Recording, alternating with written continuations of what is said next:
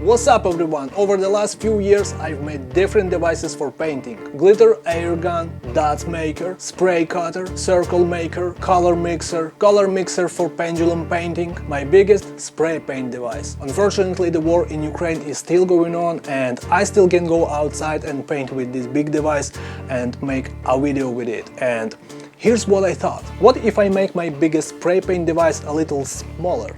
Something like a cap. Rotating cap, and to be able to connect it to my color mixer. To make such a small device I need a small but powerful motor, a motor with a gearbox. I found and ordered a small motor from China, but it didn't have enough power. Later I ordered another one just like it, and even two of these motors, there still wasn't enough power to spin the cap.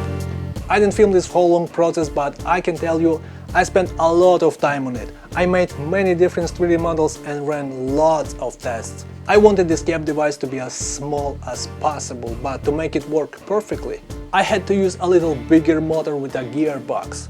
I made a new 3D model and printed a new case, so after 2 months of work, I can finally present to you my new device, rotating cap.